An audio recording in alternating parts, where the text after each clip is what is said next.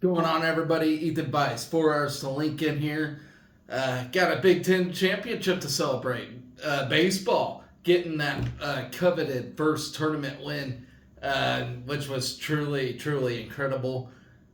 I gotta admit, the last show I said this team did not stand a chance. And what do? They went out and proved me wrong. And so, you know what? I guess bottom line is, I got a bitch for the teams to do something. Am I right? All right. So, hey, congratulations to the baseball team for getting that win. Freaking Gabe Swanson had a great tournament.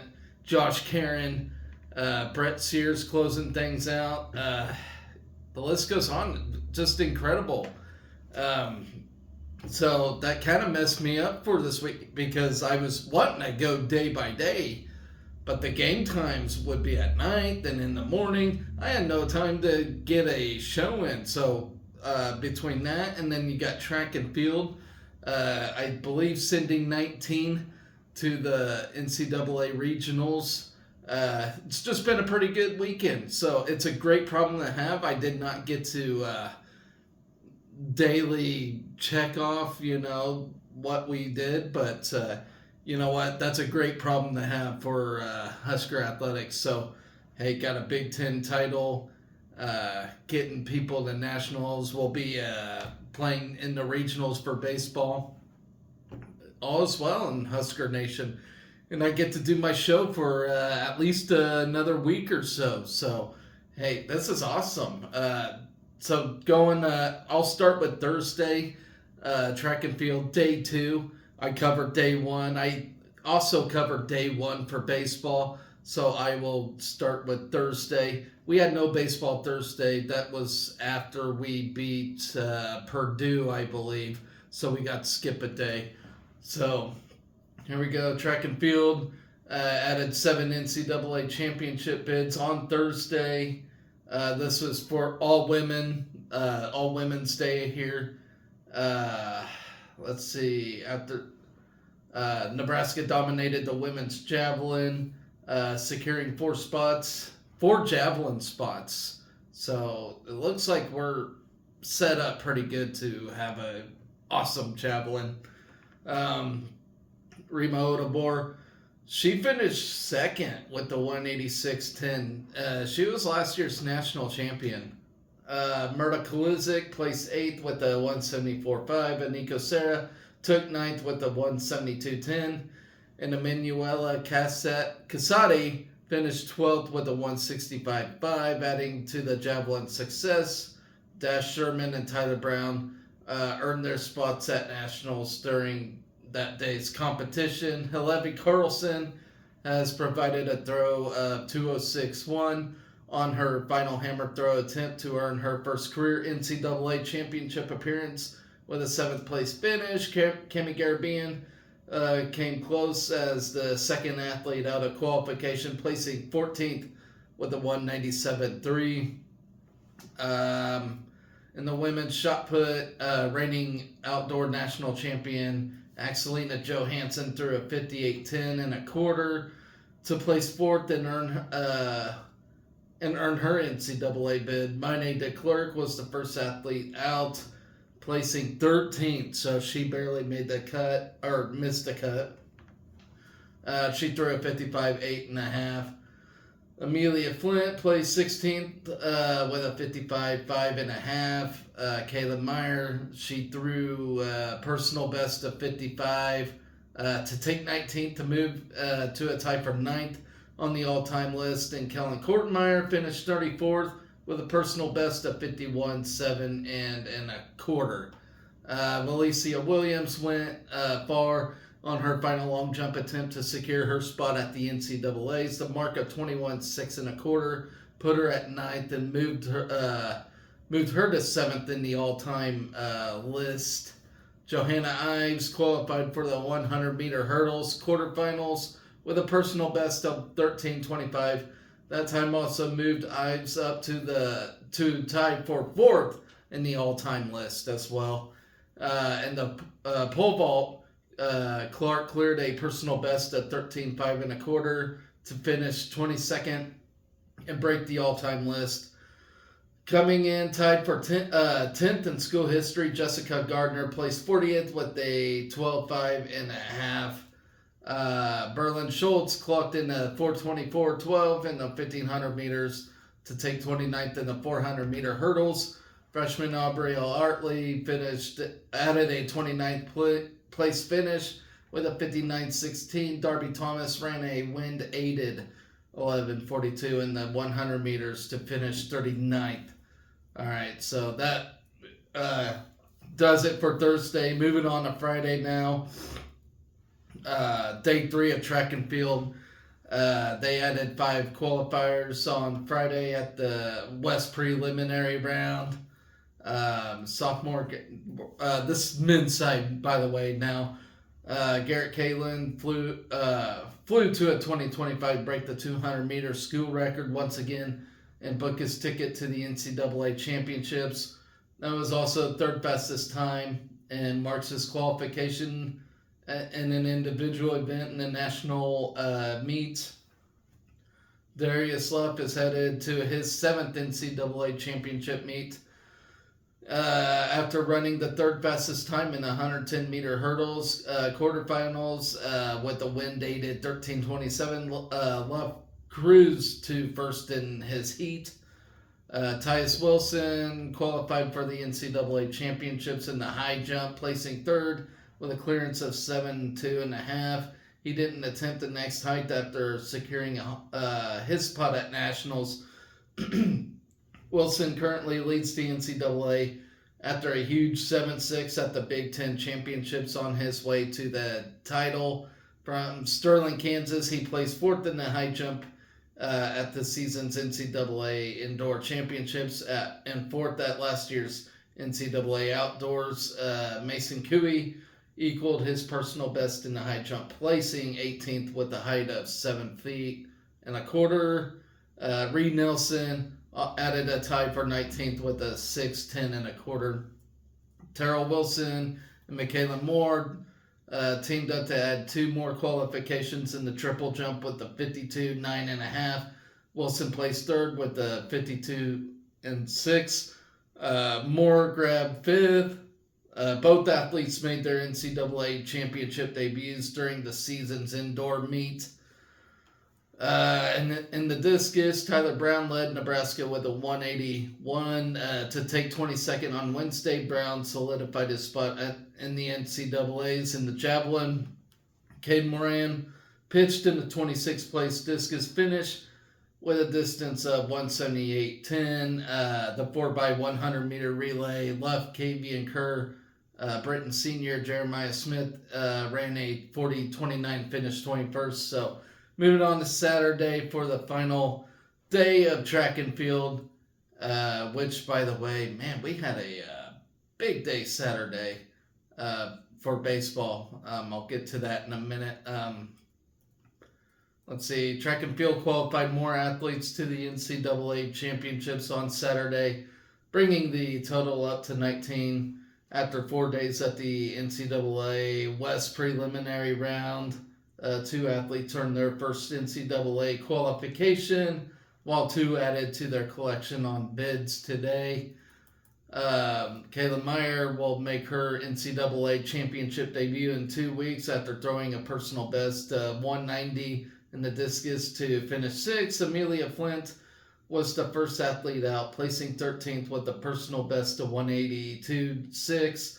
Jenna Rogers secured her 6th NCAA bid in the high jump with a clearance of 6 feet. That height put Rogers at 5th place from Rutherford, New Jersey. Rogers has finished nationals with a first team All-America honors 4 times. Brooklyn Miller made it over 5.7 and a quarter to tie for 27th. Then you got Rihanna Phipps and Ashley McElmurray, who added bids to the triple jump, finishing 8th and 9th to earn her 5th career NCAA bid. Phipps hit a wind-aided 44.10 and a quarter on her final jump. After improving each attempt, McElmurray jumped to the 5th best mark in school history, earning a spot at her first NCAA championship meet. Johanna Ives finished in the line with her 100-meter hurdle quarterfinal seed, taking 18th with the win-dated time of 13:26. Taya Skilton posted a top 20 finish in the 3,000-meter steeplechase, covering the track in 10:29:31. Overall, the Huskers have 6 javelin throwers, 4 triple jumpers, 2 high jumpers, 2 shot put throwers, 1 discus thrower, 1 hammer thrower, 1 long jumper, 1 hurdler, and 1 sprinter represented at Hayward Field. The Huskers that earned bids will travel to Eugene, Oregon for the NCAA championships, and that's going to be from June 5th on through the 8th. So good luck to that team. We got a lot of representation heading there. All right, so with that, guys, now we're moving on to Friday's games for baseball.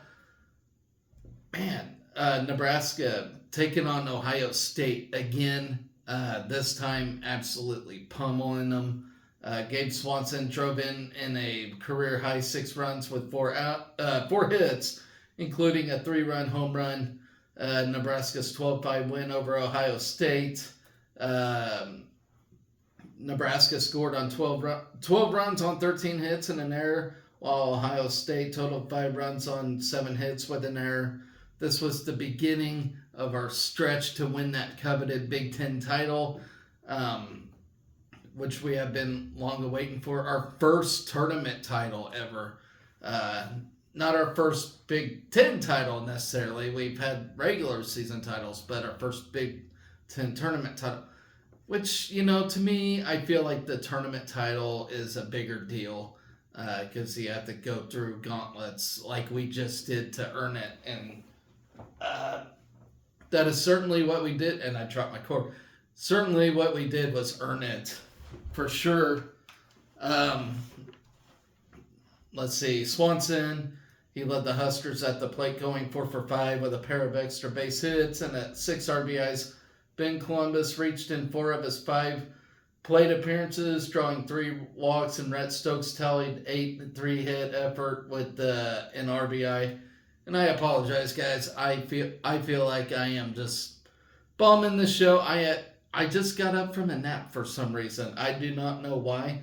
I went home after eating some barbecue at my brother's place, and I was just out. I would have done the show a long time ago, and I got up and I was like, oh man, I got to film a show. So yeah, I am still like trying to process things right now. So I apologize, guys. I am not quite there right now. So I'm totally excited for the Big Ten title. It's just, I guess it's like I just woke up from the next day after it. So I'm not seeming as excited, but I'm excited about it. I can't wait to flaunt it at work. All right, so Josh Caron finished 2 for 5 with a double and 3 RBIs, while Garrett Anglam added a pinch hit RBI single. In the 8th inning, Dylan Carey and Riley Silva each recorded knocks and secured a run. Mason McConaughey improved to 8-3 with 6 strong innings, allowing 3 runs, 2 earned on 5 hits to notch his 4th quality start of the season. The right-hander punched out a career-high 11 batters while issuing a trio of walks on 101 pitches. Okay. I'm going to move on to the next day where we moved on to the Big Ten semifinals. Okay, yeah. So we played Indiana twice. We had to beat them twice to move on and get to Penn State. So here we go. Josh Caron homered twice and drove in all 4 runs. Nebraska's 4-2 win against Indiana to stay alive on Saturday morning. That was a 9 a.m. start. So bright and early for us. We scored on 4 runs on 7 hits and an error, while Indiana totaled 2 runs on 6 hits. And let me tell you, Indiana, was having themselves a good tournament. I was worried playing them.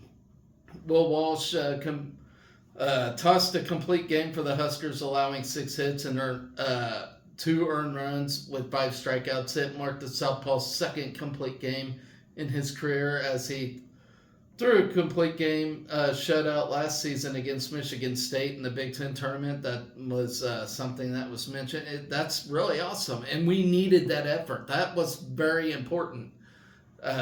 Definitely to say pitching for the rest of the weekend. So, well, each game had a contribution to win this Big Ten tournament. And I don't know if I even told you guys, but my last show, well, I did, but my last show, I said there was not a chance we were going to win it all. And look what we did. We did. And I'm wrong, folks. They proved me wrong. And that's a great problem to have. It's really good they proved me wrong, going and winning all of this. So, most of it was me bitching about pitching. So, what did pitching do? They stepped up this weekend. They really did. Jackson Brockett today stepped up and had a great, solid game. Only allowed one run by Penn State, who has been a hot-hitting team. Just phenomenal stuff. I'm not even finished with this first Indiana game, so I'll talk about that. And I can't wait to get to the title game. Will Walsh tossed a complete game, allowing 6 hits and 2 earned runs, 5 strikeouts. And like I said, second complete game last year against Michigan State at the Big Ten tournament. Karen finished 2 for 4 with a pair of home runs and 4 RBIs. Josh Karen's been just having a hell of a tournament. 6 home runs, which is a freaking record. Recording his 5th multi-hit game over his last 6 starts. Josh Overbeek and Rhett Stokes. Overbeek's been having a great tournament as well. Well, had a great tournament. Also added a pair of hits to give them both knocks in consecutive games. Ben Columbus reached in 2 of his 4 plate appearances for Nebraska. Let's see, 3 Huskers homered en route to a 10-4 victory over Indiana. Game 2 in front of 10,869 fans. So the farther we got along this tournament, the more fans that showed up for this thing, which was super awesome. With a win, Nebraska advanced to the championship game. After that, Nebraska totaled 10 runs on 11 hits with an error, while Indiana tallied 4 runs on 10 hits and 2 errors. Gabe Swanson continued his hot tournament with a 2-run blast and a trio of singles for his second 4-hit game of the tournament. Josh Karen added a solo homer, his third of the day on Saturday. And Josh Overbeek finished 2 for 5 with a 3-run double and 4 RBIs. Ben Columbus homered in the 8th for Nebraska, while Rhett Stokes was 2 for 2 in the 9-hole with an RBI. Clay Bradford delivered a pinch hit double, and Tyler Stone walked twice in his 2 plate appearances. Drew Christo tossed 5 strong innings, allowing just 1 earned run on 5 hits with 5 punch-outs and just 1 free pass. Kyle Fralick surrendered a run in 2 innings of work of relief of Christo, striking out a pair of Hoosiers. Kyle Perry threw a scoreless 8th inning, while Casey Dice came in for the 9th. Man. All right. So let's move on. All that led to today's championship game that we have won against Penn State. What a terrific game. 2-1, the final score. What was really awesome is Brett Sears coming out in the 9th to punch him out. That was really awesome for the TKO to claim that Big Ten title.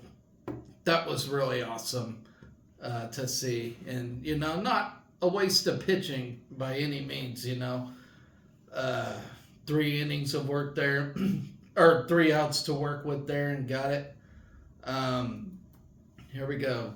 Gabe Swanson's game-winning RBI double in the 9th inning delivered Nebraska its 5th conference championship in program history, which would be our first tournament title, with a 2-1 win over Penn State in front of 13,300 fans at Charles Schwab Field.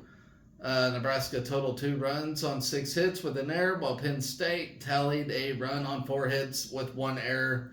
Swanson finished 2 for 4 with an RBI double, his 4th multi-hit game of the Big Ten tournament. Josh Caron homered for the third consecutive game, while Josh Overbeek and Case Sanderson recorded the other two Husker hits. Jackson Brockett tossed 8 strong innings for Nebraska, allowing just 4 hits and an earned run. The Southpaw punched out 5 batters and walked just 1, improving 3-2 for Nebraska. Brett Sears entered in the 9th inning and set down the Nittany Lions in order to secure the first save of his career. It was odd to see him come out and get a save, but I kind of expected that, honestly. It was really cool to see him come out and in a bit of relief to put him away. But I kind of expected that. That was a smart move by pitching staff. Penn State jumped ahead in the opening frame after a walk and 2 singles, loaded the bases. An errant throw on a pickoff attempt, second base, plated the first run of the game and put Nittany Lions in front of 1. And they put them in front 1-0. Sorry, I'm still trying to read, guys. Okay, after 3 scoreless innings from the Husker offense, an error on Overbeek's grounder and a single from Sanderson put runners on second and third. However, a shallow pop-up and double play on a popped-up bunt attempt ended the threat in the 4th inning. On the mound, Brockett retired the next 12 batters in order across the next 4 innings before a 2-out single from Overbeek gave Nebraska its second base runner of the game. The Huskers were once again stifled offensively after a ground out ended the top of the 6th. Brockett's streak came to an end at 14 consecutive batters, retired on a 1-out double from Penn State's Adam Sasir. The Southpaw responded with 2 straight outs to strand a runner in scoring position and keep the deficit at 1 after 6 innings played. Caron continued his scorching hot tournament with a 403-foot home run into right center bleachers to begin the 7th inning and even the game at 1. Which was awesome. The blast marked his 6th long ball of the tournament, which passed Purdue's Dan Black in 2008 for the most home runs in a single Big Ten tournament. His 28 total bases also set a new tournament record, surpassing Ohio State's Steve Caravati, who finished the 2005 tournament with 26. Both teams went quietly in the 8th, but a 2-out single from Columbus up the middle gave the Huskers life. Brumbaugh entered the game as a pinch runner and swiped second base to give Nebraska a runner in scoring position with 2 outs. Swanson then delivered the go-ahead RBI double to the Big Red in left center gap to score Brumbaugh and give the Huskers their first lead of the afternoon. It was the juniors' team-leading 7th extra base hit of the tournament and 10th RBI this week for the Johnston, Iowa native.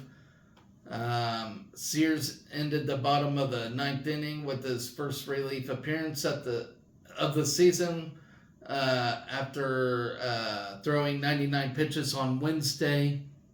The right-hander retired the side in order, ending the game on a flyout to clinch Nebraska's first ever Big Ten tournament title. The Huskers secured the automatic bid of the NCAA tournament. We had it anyway, but you know what? For seeding sakes, it was very important, very awesome to get this win. Very needed. If anything, it hangs a banner this year, and I love hanging banners. If you couldn't tell, I want banners filled all over Lincoln for everything. That's what I'm all about. So, we get a banner. The right-hander retired the side in order. I already talked about that. The Huskers secured the automatic bid, as I have mentioned. The selection show is tomorrow at 11 a.m. on ESPN2. So we'll see where we lie. We know we're in. We already knew we were in, but we made damn sure we're in. And there's a lot of upsets happening in these tournaments. And damn, I actually watched WSU and Tulane as well earlier. I thought the Shockers had it, but they didn't. So that kind of sucks that they probably won't make it in. But some post-game notes here. Nebraska claimed its 5th conference championship. Oh, shit. I shouldn't. Okay. In program history, joining the 1999, 2000, 2001, and 2005 season, which were very good seasons, where the Huskers were tournament champions in the Big 12. The championship win is the Huskers' first as a member of the Big Ten Conference after runner-up finishes in 2013, 14, and 19. Josh Caron launched 6 home runs across the Big Ten tournament, which passed Purdue's Dan Black, as I have mentioned. He tied it on Saturday and then secured that title today. Most home runs in a single Big Ten tournament. I mean, 6 home runs in a short stretch like that is quite a bit. Josh Caron's 28 total bases also set a new tournament record, and I bet he's going to have that record for quite some time now. But his 28 total bases also set a new tournament record, surpassing Ohio State's Steve Carabati, who finished the 2005 tournament with 26 total bases. Nebraska set a Big Ten tournament record with 17 doubles in 6 games, surpassing Michigan and Indiana with 16. Nebraska's pitching staff recorded 56 strikeouts over 6 games. After I have bitched and bitched about this pitching staff, have they delivered and proved my ass wrong, which is fantastic, folks. In this case, I'm glad I look like a fool. I really do. It's a great freaking problem. All right. But yeah, set a new Big Ten tournament record for most punch-outs by a team in the tournament. So, never been done that many times before. So, I could, my last show, I could have said all I want, but I wish my future self would have just said, hey, shut the F up. We got this. And we certainly did. We got it. And you know what? Maybe I should bitch about every team in every sport, and maybe they'll do what we just did, win a Big Ten tournament title. How about that? All right. So we did secure spots in the Big Ten All-Tournament team. Most outstanding player, of course, goes to Josh Caron. Will Walsh and Josh Caron. Will Walsh gets the pitcher. Josh Caron, of course, for catcher. Rhett Stokes, second base award for that. Gabe Swanson, outfielder. That's your Big Ten All-Tournament team. So, hey, congratulations to them. We get a big chunk of that tournament team this year. So, and of course, a lot of these guys on our team could have got it, but they got to play fair and have, people from other teams get it. So I understand that, but hey, what a contribution we made in this tournament. We have stepped up and played like one of the most dangerous teams in the country. Now that I say that, I'm going to freaking jinx myself. So hopefully I'm not going to get too riled up about it. I'm still going to leave the show like this and say, hey, we got work to do. And it's not over yet. We still got a bigger prize to chase. Got one banner hung. Let's get another. So I'm all about those banners. Anyways, guys, I know I'm being a goofball today. Like I said, I just woke up from an hour-long nap or so. So it was just a crazy time for me to do this show. So I know it's late, and I would have had a show way earlier, but yeah. Had all these games in short time frames and just couldn't get anything talked about. So anyways, guys, I will see you back after the selection show and try to maybe preview things to come for this Husker team, baseball team, as well as the track and field team. So that's all we got left is the NCAAs for both baseball and track and field. And then that's it for the year. Well, for a couple months anyway. But we won't be back till August for, when soccer kicks things off again. So it's a vicious circle for sure. But anyways, guys, I hope you're all being excellent to each other. Go Big Red.